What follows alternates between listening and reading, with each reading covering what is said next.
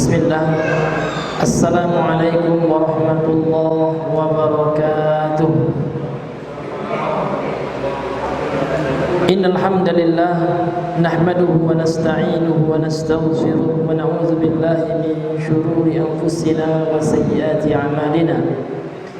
Man yahdihillahu fala mudilla lahu wa man yudlil fala hadiya lahu. أشهد أن لا إله إلا الله وحده لا شريك له وأشهد أن محمدا عبده ورسوله صلى الله وسلم عليه وعلى آله وأصحابه وسلم تسليما كثيرا. قال الله تعالى في القرآن الكريم: يا أيها الذين آمنوا اتقوا الله حق تقاته ولا تموتن إلا وأنتم مسلمون. أما بعد،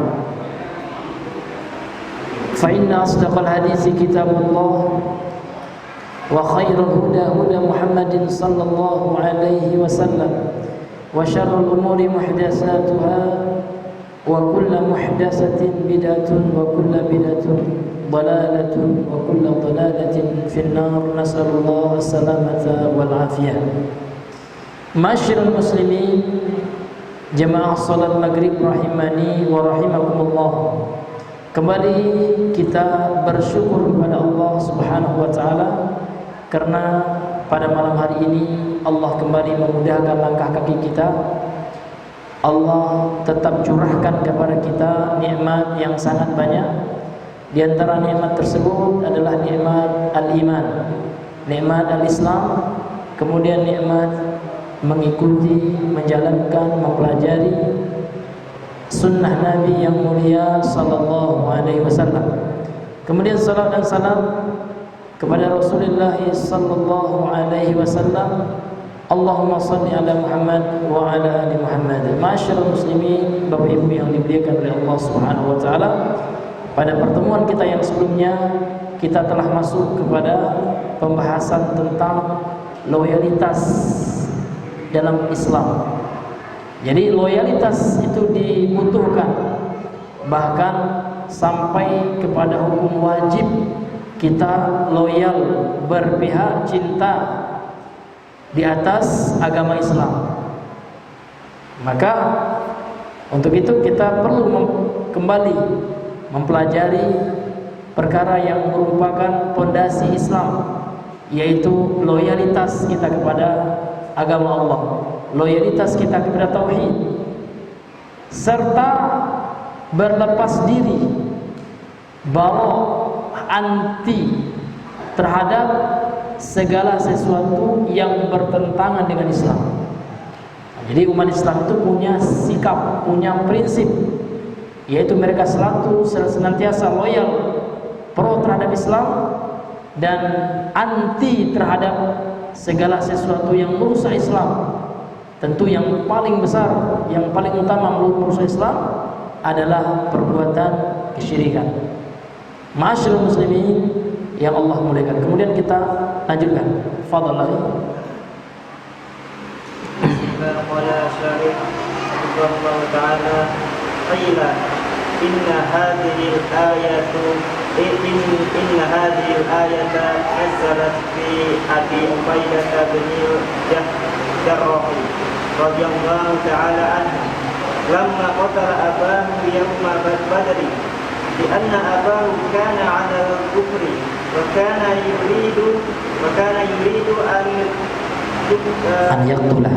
yaqtula banahu Aba Ubaidah فقتله أبو عبيدة رضي الله عنه لأنه عدو ضامي ولم يمنعه أنه عدو لم يمنعه ذلك من قتل غضبا لله سبحانه وتعالى. Iya, qala syarihu hafizahullah ta'ala, qila, dikatakan. Ini penjelasan berkaitan dengan ayat yang sebelumnya. Ini berkaitan dengan asbabun nuzul, sebab turunnya ayat yang sebelumnya. Sebelumnya ayat berapa? Ada yang masih ingat? Surah Al-Mumtahanah Belum. Ya. Bukan itu. Surah Al-Mujadilah ayat yang ke-22.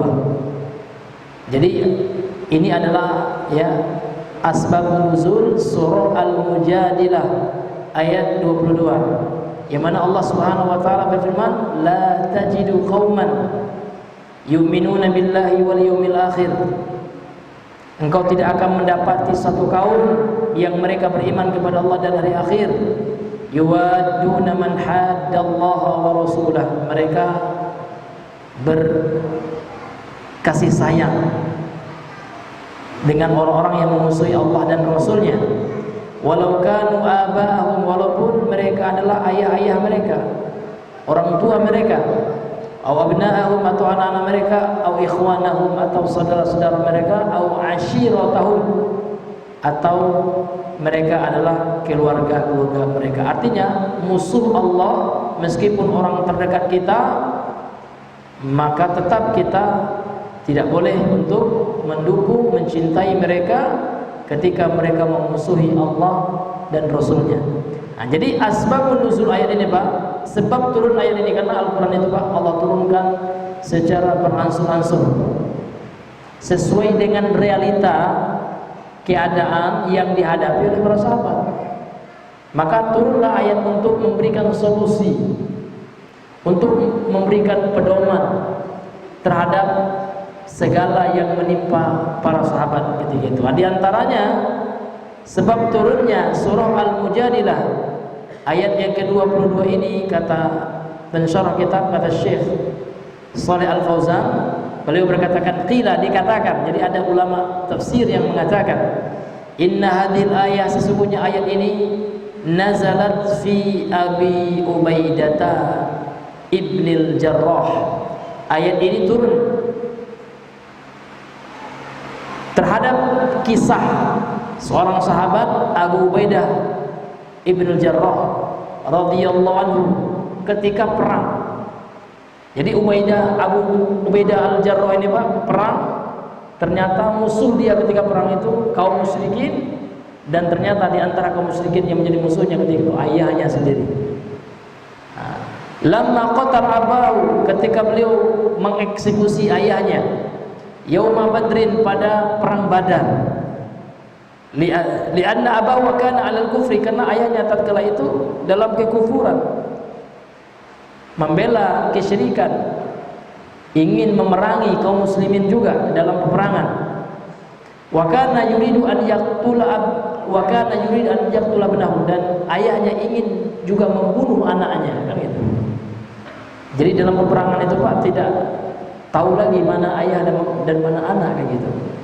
Ayahnya juga ingin membunuh beliau karena dianggap telah menyelisihi agama kesyirikan orang kafir Quraisy.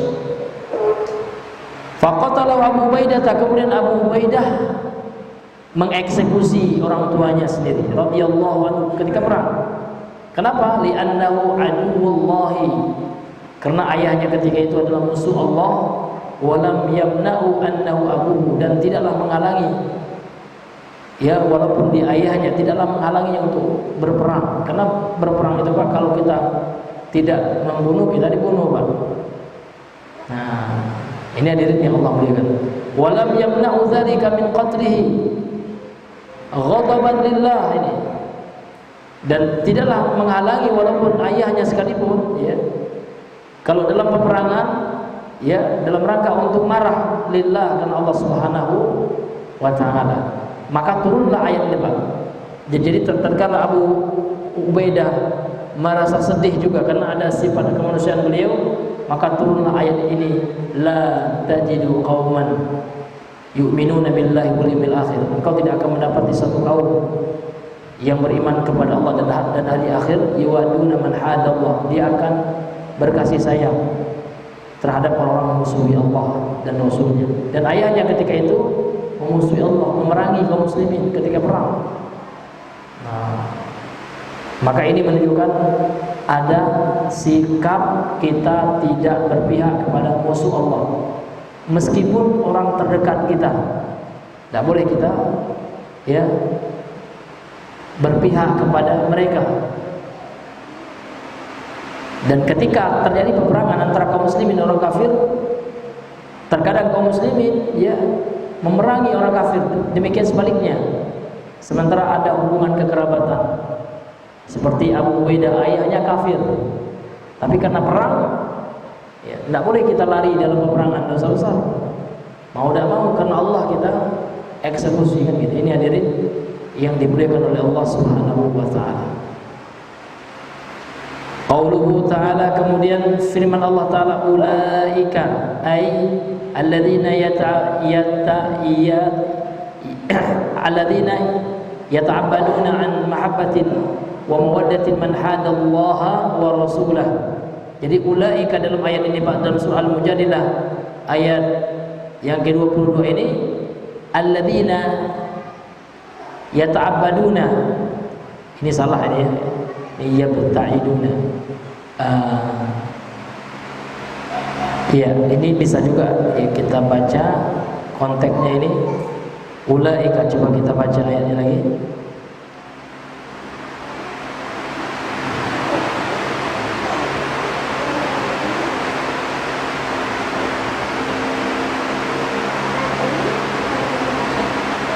Ulaika kataballah, ulaika kataba fi qulubihimul iman. Ulaika kataba fi qulubil iman. Mereka telah dicatat pada hati-hati mereka keimanan. Nah, jadi ulaika di sini ya adalah orang-orang yang beriman ya. Mereka, ulaika itu kita terjemahkan mereka. Alladzina yabta'idun, ini bisa juga, yaitu orang-orang yang menjauhkan diri, itu artinya ibta'ada yabta'idu. Alladzina yabta'iduna an mahabbatin wa mawaddatin, yaitu orang-orang yang mereka menjauhkan diri dari mencintai, berkasih sayang terhadap siapa? Man hadallaha wa rasulahu, terhadap orang-orang yang memusuhi Allah dan Rasulnya. Maka mereka itu kataballahu fi qulubihimul iman, kata Allah telah tulis dalam hati mereka keimanan. Allah tetapkan maksudnya dalam hati mereka keimanan ketika mereka yabta'iduna, mereka menjauhkan diri mereka an mahabbatin wa mawaddatin, dari mencintai dan mengasihi orang-orang yang mengasihi Allah, maaf, orang-orang yang memusuhi Allah dan Rasulnya. Ini hadirin yang Allah muliakan. Fadhal ya. Qauluhu ta'ala kataba fi qulubihimul iman ay athbatallahu fi qulubihim wa rassakhallahu fi qulubihim Wa rasakhallahu ya. wa rassakhallahu fi qulubihim iman. Qauluhu ta'ala wa ayyadahum bi ruhin min wa yudkhiluhum jannatin tajri min tahtiha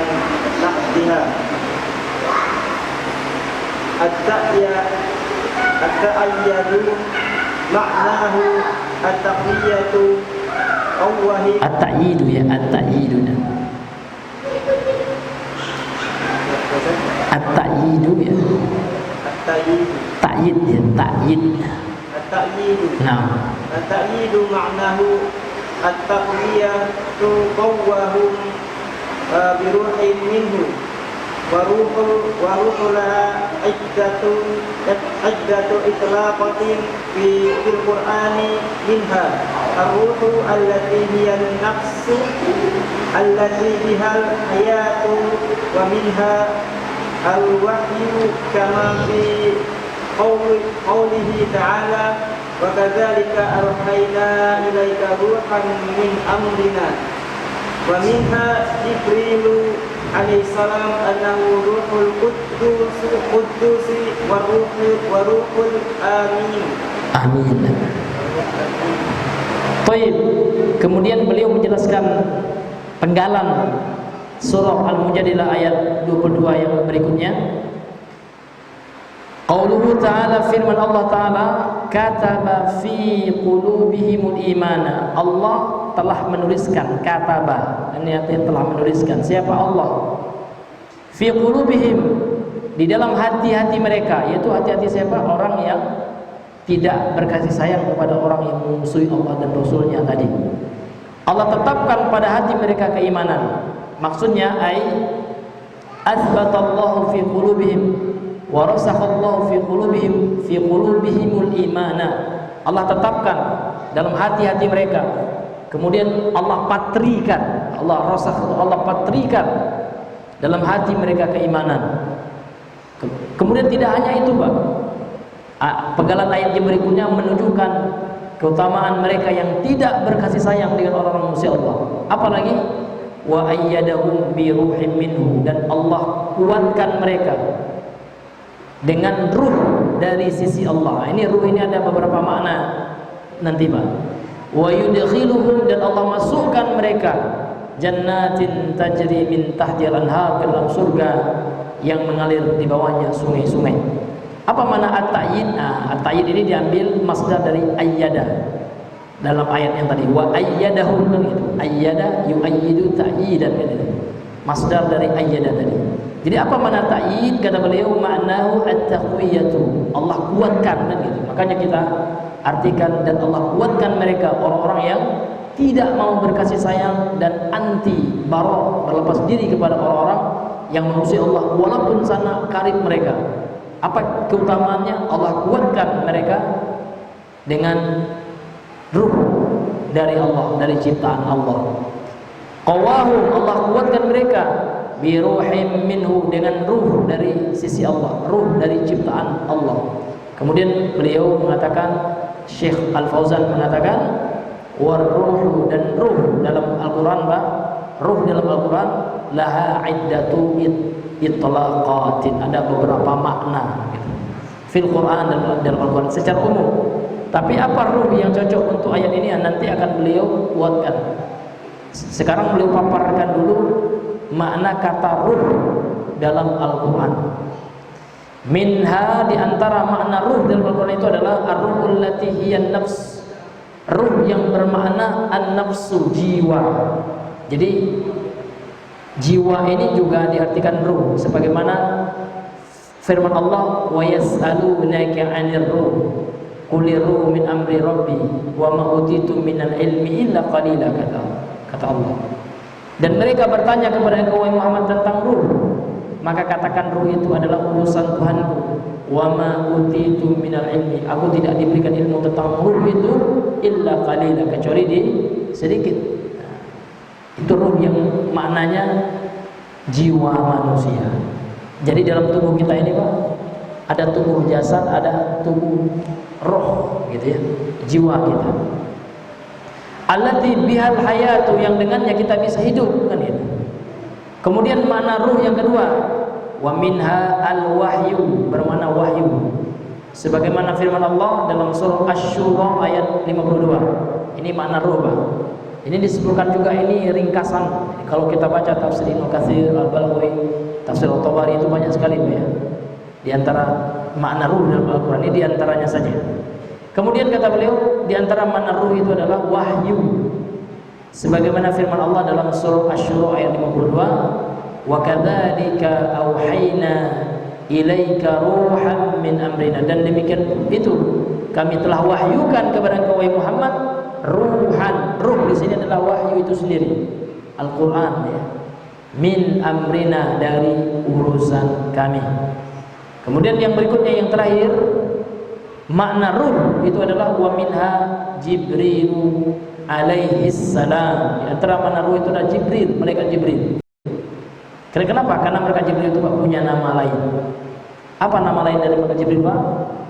Annahu ruhul qudsi, ruhul qudus, ruh, jiwa yang suci itu. Ruh itu kan bisa diartikan jiwa.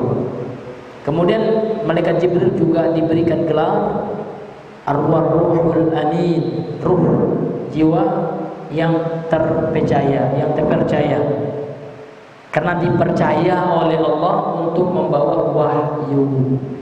Maka beliau disebut dengan ar-ruhul amin, itu malaikat Jibril alaihi salam. Ini Bapak Ibu yang Allah muliakan. Fadhal. Qala ta'ala nazzala ruhul القدس من ربك بالحق ليثبت الذين آمنوا وهدى وبشرى للمحسنين. قال تعالى: نزل به الروح الأمين. ومنها ما في هذه الآية وهي القوة. وهي القوة. وهي القوة ya. Taib. Kemudian apa dalilnya kan gitu. Nah, apa dalilnya ruh itu maknanya diantaranya Pak malaikat Jibril. Ini dalilnya surah An-Nahl ayat 102. Allah berfirman, "Qul nazzalahu ruhul qudus." Katakan Muhammad telah diturunkan. Siapa yang menurunkan ini? Fa'ilnya ruh. Nazzalahu telah menurunkannya. Nya ini kembali kepada Al-Qur'an, wahyu ya. Katakan wahai Muhammad telah menurunkannya, membawanya wahyu itu Ruhul Qudus. Ruh Al-Qudus itu malaikat Jibril. Mir rabbika berasal dari Tuhanmu, bil haqqi dengan kebenaran, liyusabbital ladzina amanu untuk mengokohkan hati-hati orang yang beriman. Jadi Al-Qur'an itu Pak untuk mengokohkan hati kita. Makanya kalau kita sering baca Al-Qur'an Pak, kita pahami maknanya, akan bertambah iman kita. Akan bertambah beriman kita kepada Allah dan Rasulnya, kepada Al-Quran, kepada hari akhirat, kepada kematian, kepada surga, neraka azab Allah, kemudian terhadap nikmat surga. Tapi masalahnya kita jarang baca Al-Quran, apalagi membaca maknanya. Maka itu yang membuat terkadang lemah iman kita. Makanya Al-Quran itu Pak Allah turunkan ini melalui malaikat Jibril ya. Liyusabbital ladzina amanu untuk mengokohkan hati kita orang yang beriman. Bagi orang yang mau baca. Tapi ini tidak mau malas baca, ini susah. Apalagi membaca maknanya, memahami maknanya. Ya. Jadi kalau kita nggak bisa bahasa Arab sekarang kan kita bisa membaca terjemahannya, nggak apa-apa. Ya, karena kita tidak bisa bahasa Arab misalnya. Ya. Ini bagus sekali Pak untuk menghidupkan hati kita, karena Al-Quran itu Allah turunkan untuk menghidupkan hati, mengokohkan hati kita. Kemudian Al-Quran itu sebagai wahudaw wa busyra, sebagai petunjuk, wa busyra dan kabar gembira lil muslimin, bagi orang-orang yang menyerahkan diri kepada Allah, bagi orang Islam. Tapi orang Islamnya yang malas, jarang baca Al-Quran. Kalaupun baca tidak tahu artinya, alhamdulillah gitu aja ya. Sesuatu yang hilang ruh Al-Quran itu Pak. Al-Quran hanya dijadikan untuk seremonial. Kalau tidak acara pembacaan ayat kursi itu tahu arti tidak pernah dikaji. Pengajian tafsir ada tidak pernah datang. Tafsir itu luar biasa Pak. Tafsir itu artinya apa? Penjelasan. Kita mengupas makna Al-Quran, kemudian apa faedah, apa tujuannya, apa asal nuzulnya, apa pelajaran yang bisa kita gali. Nah sekarang banyak kajian juga Pak, offline, taruhlah offline sekali sepekan, online banyak kali, tidak pernah dibuka. Nah, yang dibuka kaum muslimin TikTok, nengok orang berjoget-joget, na'udzubillah. Padahal kalau digunakan Al-Quran itu ya untuk kebaikan, ya mendengarkan pengajian, tafsir, ya banyak sekali. Ya, ini hadirin yang Allah muliakan, tentu akan hidup hati kita. Kita pelajari dari pakarnya, seperti Ustaz Firanda Adirja ya, beliau masya Allah, bahkan sekarang tafsirnya hampir rampung. Ya. Beliau menulis di kajian juga. Ini hadirin yang Allah muliakan. Ini Pak, fungsi Al-Quran Pak ya. Jadi Ruhul Qudus dalam ayat ini siapa Pak? Jibril. Dalam surah An-Nahl ayat 102. Ini sepakat ulama tafsir, ada yang berbeda. Kemudian Jibril juga bernama Ar-Ruhul Amin. Ini dalilnya surah Asy-Syu'ara ayat 193. Allah berfirman, "Nazala bihir Ruhul Amin." Ia telah menurunkan dengannya, yakni menurunkan Al-Quran itu kepada Nabi Muhammad dari Allah. Siapa? Ar-Ruhul Amin, yaitu Jibril. Ruh yang terpercaya, yang dipercayai oleh Allah. Wa minha, dan diantara maknanya, sekarang kan banyak makna ruh, Pak ya. Ada beberapa makna ruh tadi kita sebutkan. Ada makna jiwa, an-nafsu, jiwa ya. Nah, ada maknanya apa Pak? Al-quwah gitu ya. Untuk yang menguatkan kan gitu. Maka yang dipilih oleh beliau ini al-quwah ini. Wa minha ma fi hadhil ayati hiyal quwwah. Dia ada kekuatan dari Allah untuk menguatkan. Jadi itulah makna dari kelanjutan ayat tadi Pak, wa ayyadahum bi ruhim min, yakni bi quwwatin gitu ya. Maka Allah kokohkan orang-orang yang berlepas diri, tidak mau berkasih sayang dengan orang-orang yang musuh Allah dan Rasulnya, walaupun kerabat mereka, Allah kokohkan mereka dengan kekuatan. Itu kita artikan ruh namanya ini. Bi ruhin ay bi quwwatin minhu ay minallah, dengan kekuatan dari sisi siapa? Allah Subhanahu wa ta'ala. Wa minha ma fi hadhil ayati hiyal quwwah. Ini fadlahnya.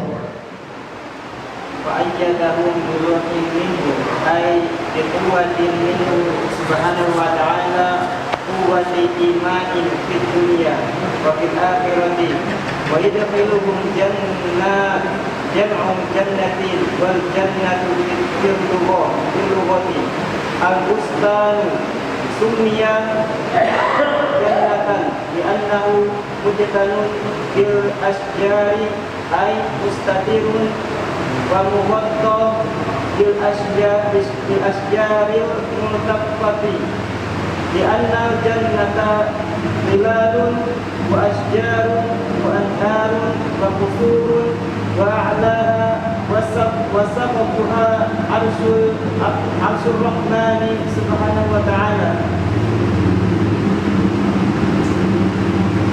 Ya.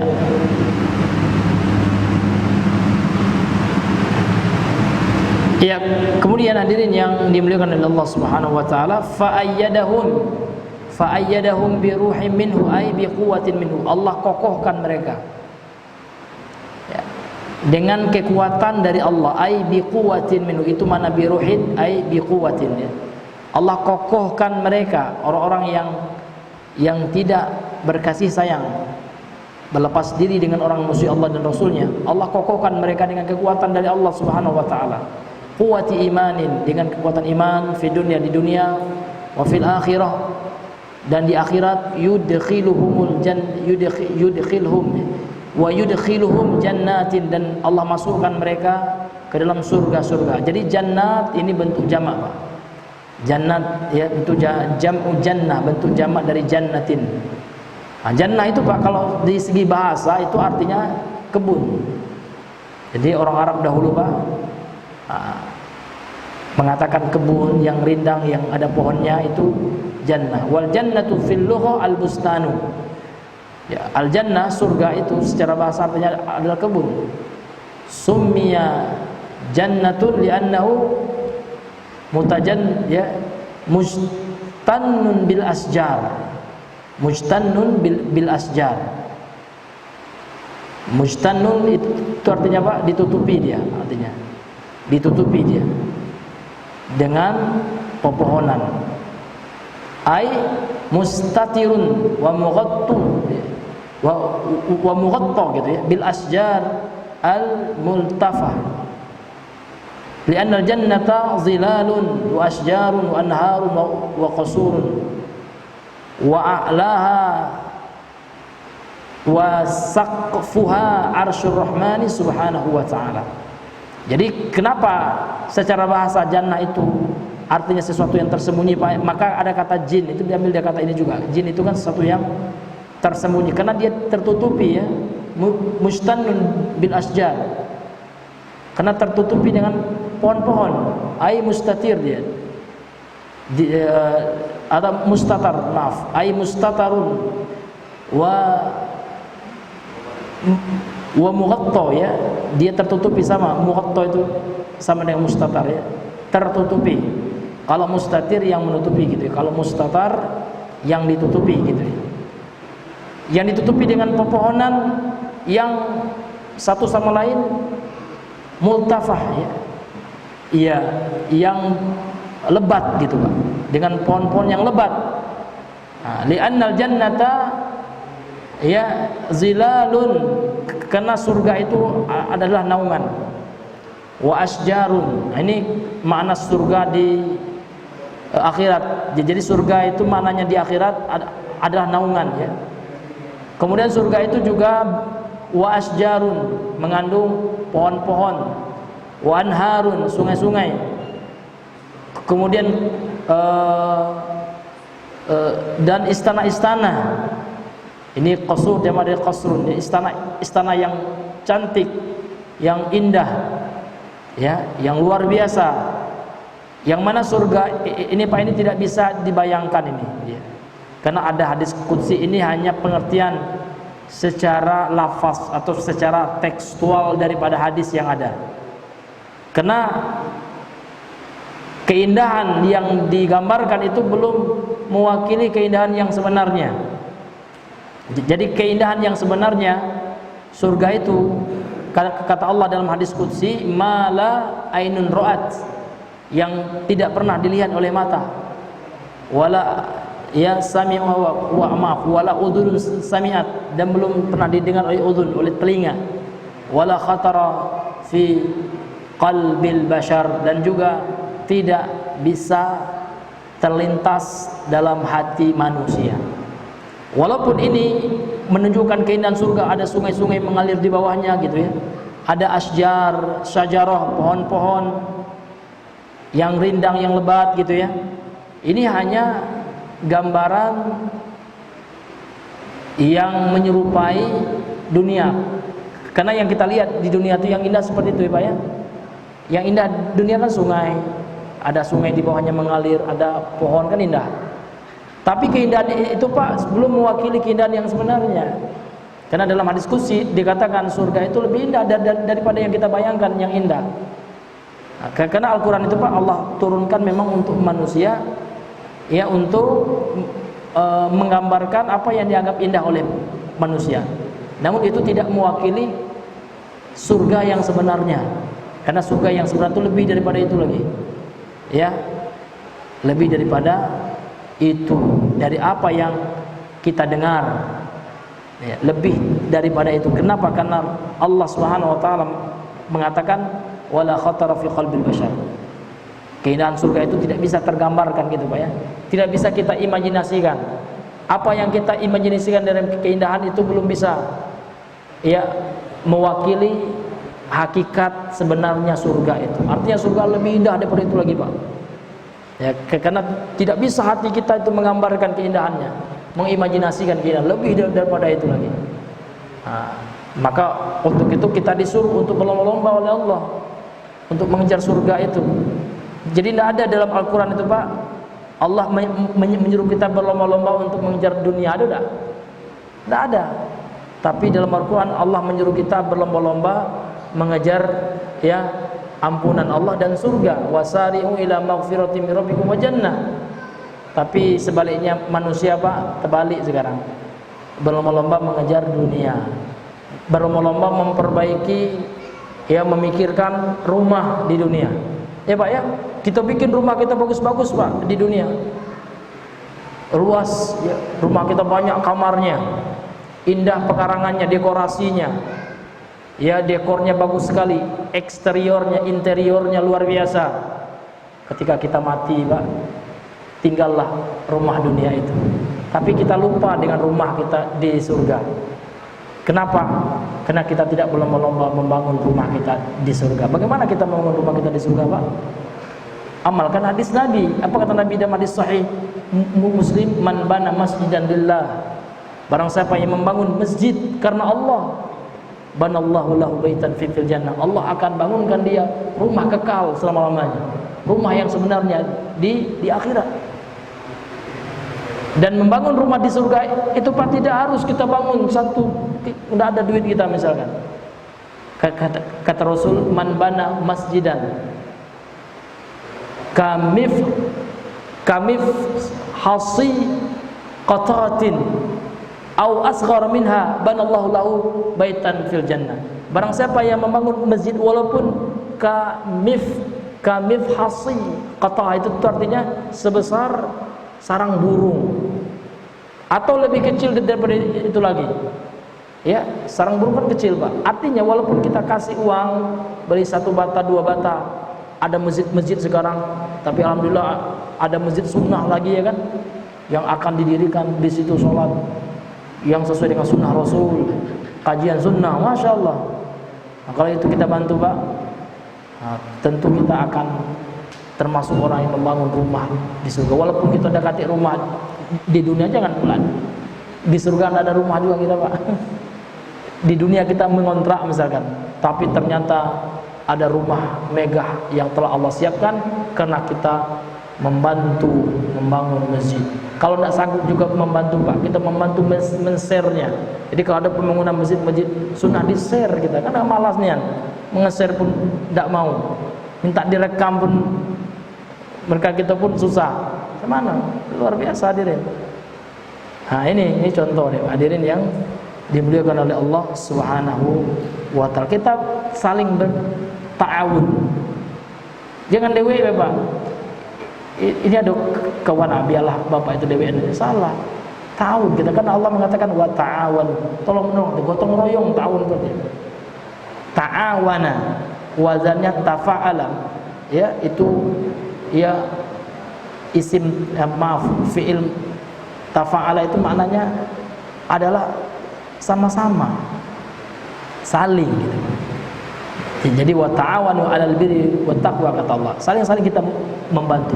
Kalau kita nggak ada duitnya misalkan, bantu men-share gitu. Ini nge-share pun malas, ya nggak mau juga Pak. Padahal kuota banyaklah share Pak. Ada masjid sunnah ya di Mamur Halimah sekarang lagi bangun, kita share itu. Ya kan? Di mana lagi Pak? Banyak ya. Kita share itu. Ini mudah-mudahan ketika orang melihat karena kita share, kita dapat pahalanya juga walaupun kita tidak mentransfer, tapi kita ikut ya men-share-nya, walaupun orang yang transfer tapi orang tahu karena lewat kita dapat pahalanya juga Pak. Nah, ini Bapak Ibu yang Allah muliakan. Ingat ya, seberapa mantap rumah kita di dunia ini Pak akan kita tinggalkan. Ya, kita akan ditempatkan di rumah yang sangat sempit kecil di alam kubur. Berapa meter Pak? Iya, sempit sekali Pak. Mana pergi rumah kita yang harga 200 juta, 300 juta, bahkan ada rumah orang 1 M kan? Ditinggalkannya. Sementara kalau dia rajin bangun masjid Pak di dunia ini, dia bantu pembangunan masjid. Dia telah membangun walaupun sebesar sarang burung kata Rasulullah. Maka dia turut membantu apa Pak? Membantu menyediakan rumahnya di surga. Nah, sekarang Pak, Bapak tinggal milih kita ya, nggak Bapak aja, saya juga ya. Kita ini mau rumah nak ditinggalkan, nak hancur, atau rumah yang kekal abadi kan gitu. Nah, tentu mau yang kekal abadi Pak ya. Ayo sama-sama kita membantu ya pembangunan masjid ya, terutama masjid yang memang akan didirikan di masjid itu ibadah-ibadah yang sesuai dengan sunnah ya kan. Kemudian pengajian mengajar Al-Quran, dan Bapak yang membantu masjid yang diadakan ibadah di dalamnya Pak. Setiap orang yang sujud Bapak dapat pahala. Berapa banyak orang yang sujud di masjid itu, berapa banyak anak-anak kecil yang baca Al-Quran. Ketika Ramadan betapa banyak orang yang baca Al-Quran di masjid itu Pak. Bapak akan mendapatkan ya pahala jariah. Mau enggak Pak? Ya.